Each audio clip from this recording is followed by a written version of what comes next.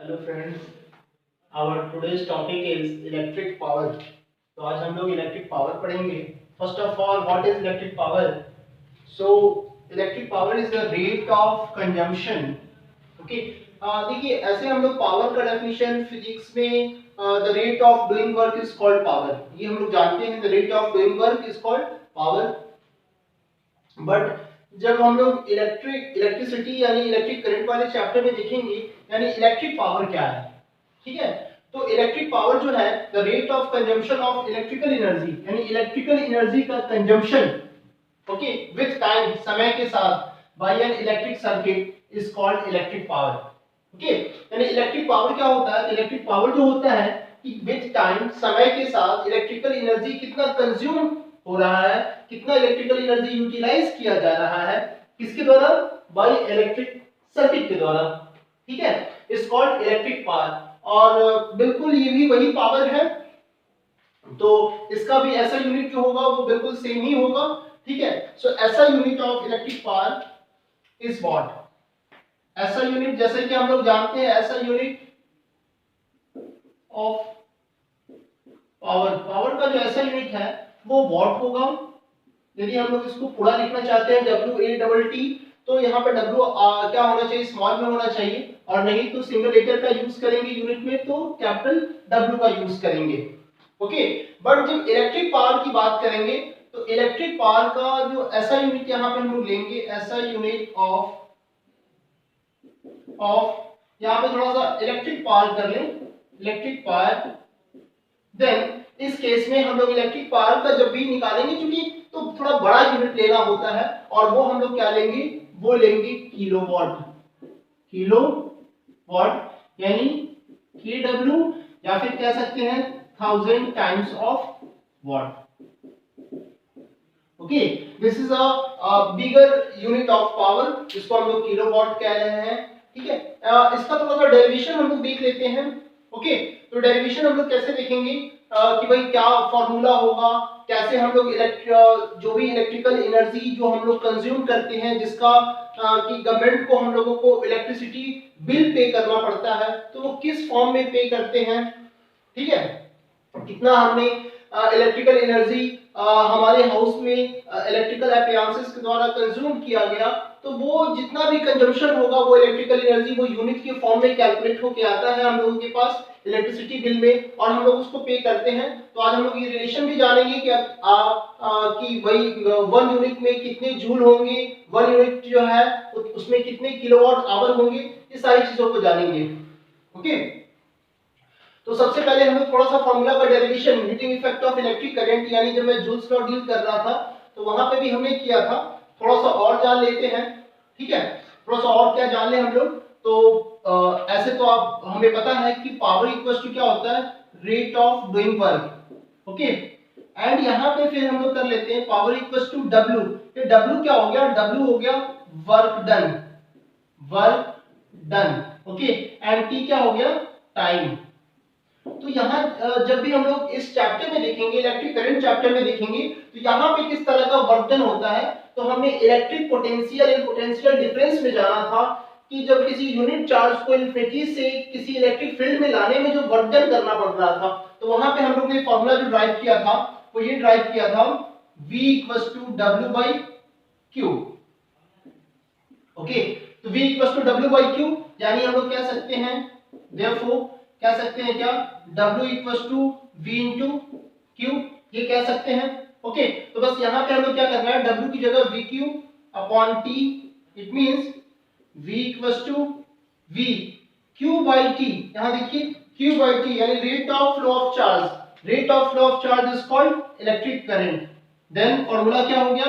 Our new formula of electric power is P × I।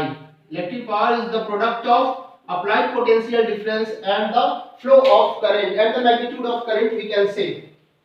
इसका दूसरा formula इससे हम ड्राइव कर सकते हैं, ओम्स लॉ के अकॉर्डिंग यहाँ पे हम लोग सब्स्टिट्यूट कर लेंगे तो बहुत सारे फार्मूला इससे ड्राइव होके आ जाएगा, ठीक है। जैसे मैं लिख दे रहा हूँ आपको, और भी फार्मूला यहाँ पे ड्राइव कर दे रहा हूँ, ठीक है, आप उसको देख लोगे। सेकंड जो फार्मूला हो गया वो हो गया P = V²/, यहाँ पे सब्स्टिट्यूट करके हम लोग फाइंड कर लेंगे v स्क्वायर अपॉन क्या हो जाएगा r। ये एक और फॉर्मूला हो गया। दूसरा फॉर्मूला क्या हो गया नेक्स्ट कर सकते हैं, p equals to I square r क्या देंगे, तो ये हमारा तीन फॉर्मूला हो गया पावर, इलेक्ट्रिक पावर निकालने का। ओके, नेक्स्ट जो हमें जानना है कि जो हमारे घरों में एक मंथ के बाद या जो भी चीजें हैं 20 दिन के बाद या 30 दिन के बाद जो भी है या 31 डेज के बाद जो भी इलेक्ट्रिसिटी बिल आता है, तो उसमें जो भी हमारे घर में इलेक्ट्रिकल एनर्जी कंज्यूम हुआ वो इलेक्ट्रिसिटी बिल में यूनिट के फॉर्म में मेंशन होता है, वो होता है यूनिट के फॉर्म में मेंशन होता है। तो कभी ये जानना हो कि आखिर ये 1 unit is equal to how much joule, because joule is the unit of work done, unit of energy. तो यहाँ पे देखना है कि भाई कितना वो जूल जो है ना वो हमारे घर में आफ्टर 30 दिनों में, आफ्टर 30 डेज या 30 डेज के दरमियान या 31 दिन के दरमियान जो है कितना वो कंज्यूम हुआ। तो उसको निकालने का जो मेथड होता है वो हम लोग देखेंगे। यहाँ पे जो तरीका है वो देखिए, electrical energy that is consumed, okay, consumed electrical energy we can say consumed। जो ये कंज्यूम इलेक्ट्रिकल एनर्जी होगा वो एक्चुअल में जो भी electrical appliances like bulb, fan, television, refrigerator etc जो चल रहा होता है तो उस दरमियान ये इलेक्ट्रिकल एनर्जी कंज्यूम्ड होगा। तो ये कितना हो गया, ये हो गया पावर इनटू टाइम। ओके, अब थोड़ा सा यहाँ पे देखना है, वैसे हम लोगों को पता है कि पावर का जो यूनिट होता है, पावर का यूनिट क्या होता है, पावर का यूनिट होता है वॉट। ओके, थोड़ा सा और बड़ा ले लेंगे तो फिर किलोवाट, ठीक है, और भी ज्यादा लेंगे तो फिर उसमें हॉर्स पावर वगैरह देखा जाता है। तो वहां पे आप देखिए वो भी मैं बता दे रहा हूं, 1 HP horse power is equal to 746। ओके, ये भी चीजें हैं, इसको भी जानना है। बट इलेक्ट्रिकल एनर्जी में हम लोग क्या करेंगे, पावर तो लेंगे लेकिन पावर का यूनिट यहाँ पे क्या होगा, हमेशा किलोवाट में लेना होगा। एंड वैसे हम लोग टाइम का यूनिट हमेशा क्या लेते हैं, सेकंड में, बट यहाँ पे क्या करना होगा, हमें आवर में लेना होगा। ठीक है, यानी हमें क्या करना होगा, आवर में लेना होगा। यानी जो भी इलेक्ट्रिकल एनर्जी कंज्यूम हो रहा है हमारे हाउस होल्ड एप्लायंसेस के द्वारा कंज्यूम किया जा रहा है, ठीक है, वो हमेशा हम लोग कैलकुलेट करने जा रहे हैं किलोवाट आवर में। ठीक है, ये हम लोग कैलकुलेट करने जा रहे हैं किसमें, किलोवाट आवर में कैलकुलेट करने जा रहे हैं। और यहाँ पे याद रखना है that 1 unit is equal to 1 kilowatt hour होता है। 1 unit is equal to 1 kilowatt hour. यदि ये पूछा जाए कि भाई ये तो हम जान गए कि 1 unit is equal to 1 kilowatt hour, लेकिन फिर इसको जूल में हम लोग कैसे कन्वर्ट करेंगे, तो सो सिंपल, देख लेते हैं इसका जूल में कैसे कन्वर्जन होगा। सो देखिए, पहले तो इतना क्लियर हो गया that 1 unit is equal to 1 kilowatt hour. Okay, अब इसको जूल में कन्वर्ट कर देना है। तो जूल जरा देखिए, जूल यहाँ पे देख लीजिए जरा ध्यान से, जूल जो हो गया वो एनर्जी का वर्क का यूनिट हो गया। तो जूल को हम लोग कह सकते हैं watt into second, watt into second. यानी 1 joule is equivalent to 1 watt second. क्योंकि यहाँ पावर का यूनिट क्या होता है, वाट होता है जो स्टैंडर्ड यूनिट है, और टाइम का क्या होता है, सेकंड होता है। ठीक है, तो यहाँ देखिए 1 किलोवाट है तो किलोवाट का मतलब हो गया 1000 वाट। ठीक है, ये हो गया 1000 वाट, वाट भी मैं लिख देता हूं। और टाइम को किसमें लेना है, तो टाइम को हम लोगों को लेना है किसमें, सेकंड में। तो सेकंड में कर ले यहाँ पे। बस ये ध्यान रखना है कि यहाँ पे हमने आवर में लिया है और चूंकि इसको हमें जूल में कन्वर्ट करना है इस कारण से इसको सेकंड में लेना होगा। ये हो गया सेकंड। जब इसको सॉल्व करेंगे हम तो यहाँ पे आएगा 3600,000 वाट सेकंड। एंड इसको जब भी साइंटिफिक फॉर्म में लिखना होगा तो कैसे लिखा जाता है, 3.6 into 10 to the power 6 watt second, and watt second is equivalent to joule. It means 3.6 into 10 to the power 6 joule. It means we can say that 1 unit जो है वो इक्विवेलेंट होता है किसका, 1 यूनिट इक्विवेलेंट होता है 1 किलोवाट आवर का। And we can say that 1 unit is also equals to 3.6 into 10 to the power 6 joule. Okay, ये चीज हो गया। हाँ, हमने वीडियो को अपलोड किया था तो इसमें बहुत सारे बच्चों का एक क्वेश्चन था, सर ये heating effect of electric current के कुछ एप्लीकेशंस आप बता दें। तो उस एप्लीकेशंस को मैं भी थोड़ा सा इसमें डील कर देता हूँ।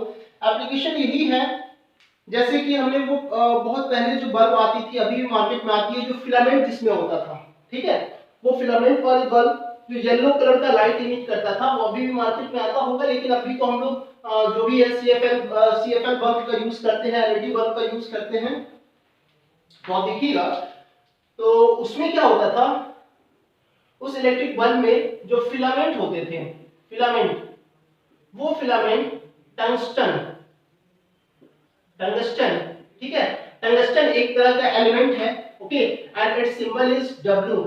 इट्स लैटिन नेम इज, इस टंगस्टन का जो लैटिन नेम होता है वो होता है वोल्फ्रम, वोल्फ्रम, इसका लैटिन नेम क्या होता है, वोल्फ्रम होता है, क्लियर है। और इस टंगस्टन का जो एमपी देखेंगे, मेल्टिंग पॉइंट देखेंगे, वो अप्रोक्सीमेटली लगभग 3500 डिग्री सेल्सियस होगा।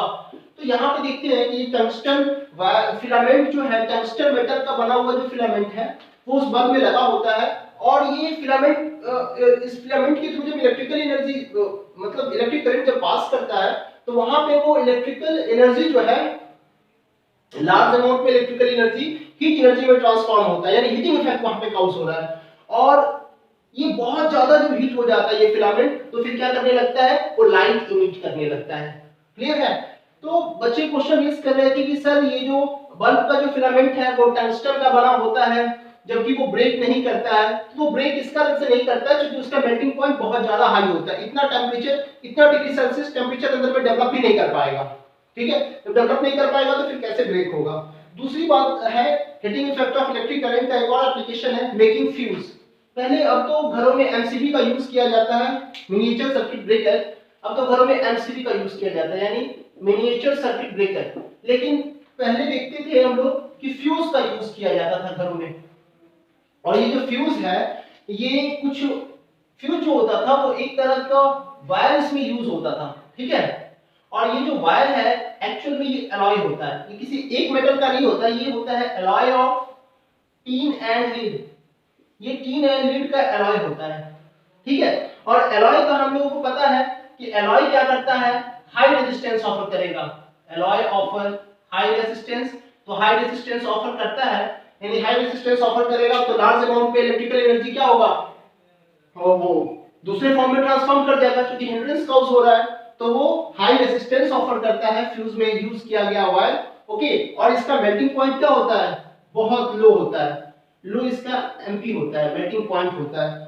तो इस कारण से जब भी घरों में या कहीं भी कोई भी इलेक्ट्रिकल एप्लायंसेस में शॉर्ट सर्किट काउज हुआ, ओवरलोडिंग काउज हुआ, या फिर किसी तरह से उसमें मतलब कुछ भी किसी तरह का दिक्कत हुआ, तो अधिक एम्पियर में जैसे ही करंट फ्लो होगा तो फ्यूज का वायर का क्या होता है, रेजिस्टेंस ज्यादा होता है, मेल्टिंग पॉइंट कम होता है, तो फ्यूज का वायर क्या हो जाएगा, ब्रेक कर जाएगा।